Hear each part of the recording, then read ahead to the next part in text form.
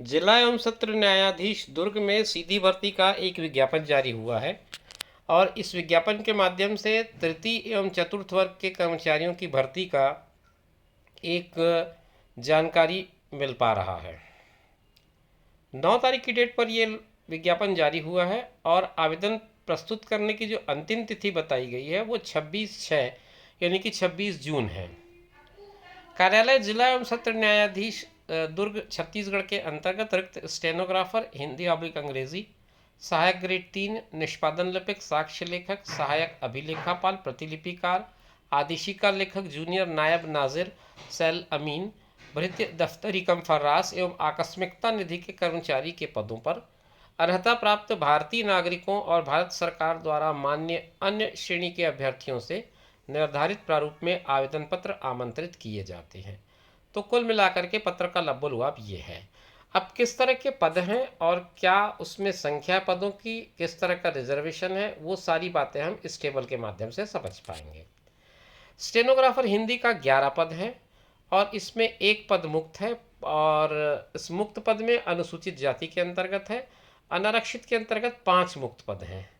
तो कुल मिलाकर के अलग अलग श्रेणियों में अलग अलग पद हैं, लेकिन पदों की रिक्त पदों की कुल संख्या अगर मैं देखूं तो वो 11 है।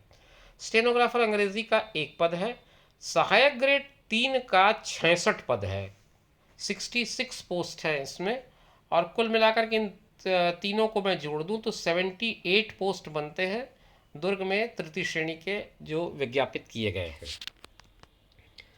चतुर्थ श्रेणी के पदों में अगर मैं बात करूं तो भृत्य दफ्तरी कम फर्रास के 32 पद हैं और इनको अलग अलग विभाजित कर दिया गया है, जिसमें से 9 पद अनारक्षित मुक्त हैं और बाकी पदों को अलग अलग ढंग से श्रेणीवार विभाजित किया गया है आरक्षण में। इसके बाद आकस्मिकता निधि से अगर मैं बात करूं तो 15 पद आए हैं, जिसमें वाहन चालक के 2 पद हैं, लिफ्टमैन का 1 पद है, स्वीपर का 3 पद है, वाटरमैन का 3 पद है, चौकीदार का 6 पद है। ये सारे पद किस तरह से बटे हुए हैं ये आप चार्ट में देख करके समझ पा रहे होंगे। महत्वपूर्ण टिप इसके बाद वो लिखते हैं कि पदों की संख्या में कमी या वृद्धि हो सकती है। जो आरक्षण के कैटेगरी में आते हैं उनको आरक्षण का लाभ मिलेगा और ये लाभ छत्तीसगढ़ के मूल निवासियों के लिए आरक्षित है। भर्ती कार्यवाही आरक्षण एवं रोस्टर के संबंध में माननीय उच्चतम न्यायालय नई दिल्ली के SLC क्रमांक 1966/2022 में पारित अंतिम अध्यादेश के आदेश के अध्याधीन होगा, ये बात इसमें लिखी हुई है। अगर योग्यता की बात करें तो स्टेनोग्राफर हिंदी के लिए शैक्षणिक योग्यता होनी चाहिए न्यूनतम 40% आरक्षित वर्ग के लिए और 45% अनारक्षित वर्ग के लिए स्नातक उत्तीर्ण के लिए न्यूनतम योग्यता है।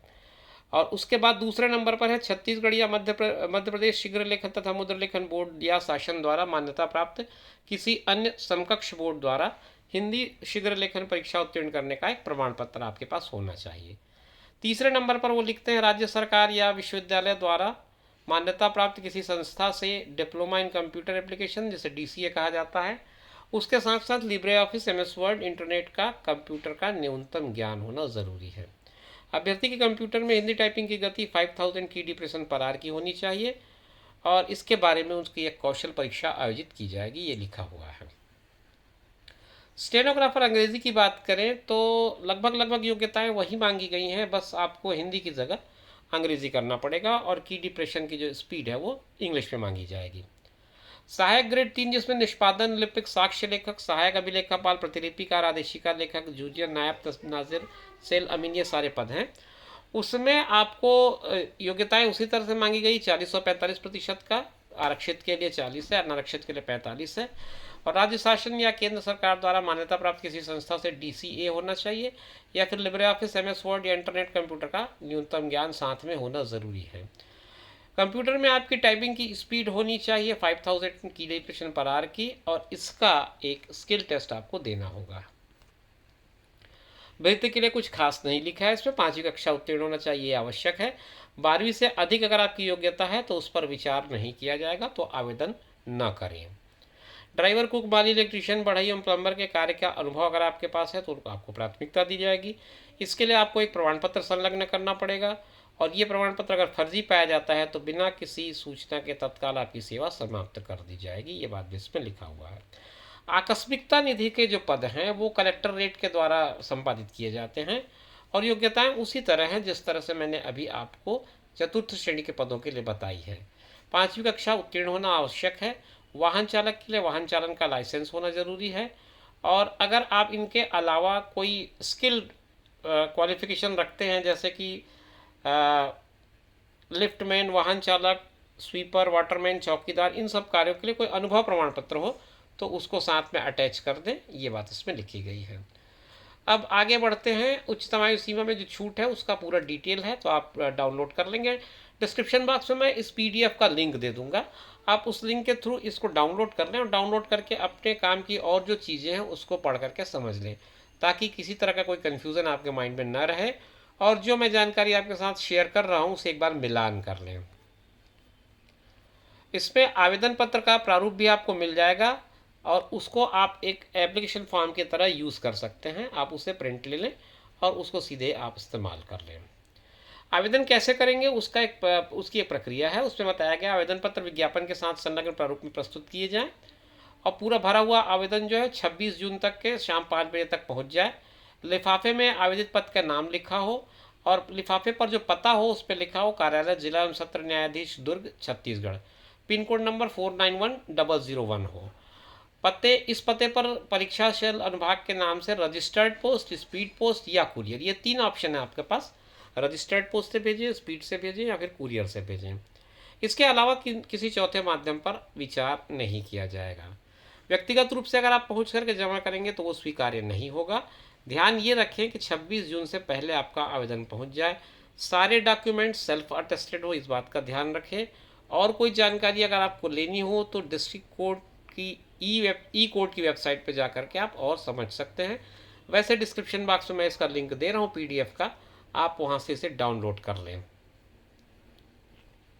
चयन प्रक्रिया भी इसमें पूरी बताई गई है, आप उसे डिटेल में समझ लेंगे क्योंकि हर पद के लिए अलग अलग चयन प्रक्रिया है और उस प्रक्रिया को आपको समझने में आपको आसानी होगी अगर आप इसको डाउनलोड करके पढ़ लेते हैं। डिस्क्रिप्शन बॉक्स में वो लिंक मैं आपको दे रहा हूँ, बार बार मैं आपको बता रहा हूँ किस तरह से चयन परीक्षा होगी, क्या कौशल परीक्षा होगा, क्या शारीरिक परीक्षा होगी, क्या साक्षात्कार होगा। इसका सारा विवरण आप स्क्रीन पर देख पा रहे होंगे और इसको समझने के लिए आपको इस पीडीएफ की ज़रूरत पड़ेगी। मैं इसको आगे बढ़ा करके आपको आवेदन पत्र का प्रारूप दिखा दूं ताकि आप आश्वस्त हो जाएं कि इस पत्र के साथ आवेदन पत्र का प्रारूप लगा हुआ है। ये आवेदन पत्र का प्रारूप है, स्टेनोग्राफर हिंदी अंग्रेजी सहायक ग्रेड 3। ये आप इस तरह से आवेदन पत्र को डाउनलोड कर लेंगे, प्रिंट लेकर के इसे आप एप्लीकेशन के रूप में यूज़ कर सकते हैं। ये आपका आवेदन पत्र हुआ। ये भृत्य पद के लिए आकस्मिकता निधि के लिए हुआ और ऊपर जो मैंने आपको बताया था वो तृतीय श्रेणी वर्ग के लिए हुआ।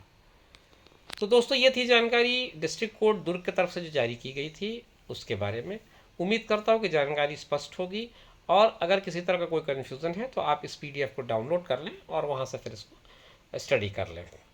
नए वीडियो में फिर आपसे मुलाकात होगी, तब तक के लिए दीजिए इजाज़त। अपना और अपनों का ख्याल रखें, फिर मिलेंगे। नमस्कार।